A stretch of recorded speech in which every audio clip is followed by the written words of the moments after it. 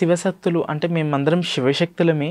అంటే శివశక్తులం ఎప్పుడైతే మేము మా తల్లిదండ్రుల సమక్షంలో, మా గురువుల సమక్షంలో ఎప్పుడైతే ఈ జోగు పుస్తలు ధరిస్తామో, ఈ జోగు పుస్తలు ధరిస్తామో అప్పటి నుంచి మేము జోగినులం అని పిలువబడతారనమాట.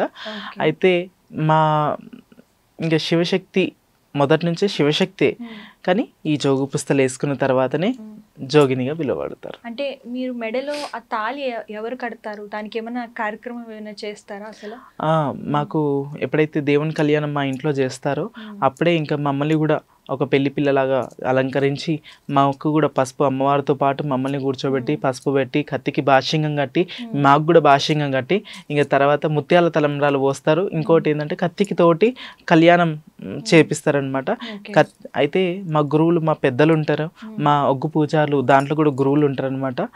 వాళ్ళు కత్తితోటి ఇప్పుడు మీరు బల్కంపేట ఎల్లమ్మ దగ్గర చూసుకున్నట్టయితే కూడా కత్తికి భాష్యంగం కట్టుకొని అమ్మవారు దేవిజ్యమానంగా అమ్మవారు కూడా అలంకరణ చేసుకొని ఉంటుంది కాబట్టి అలాగే మాకు కూడా అలాగనే అలంకరణ చేసి ఇంకా తర్వాత కత్తితోటి ధారణ చేస్తారు. అప్పటి నుంచి మేము జోగిని అవుతాం అన్నమాట.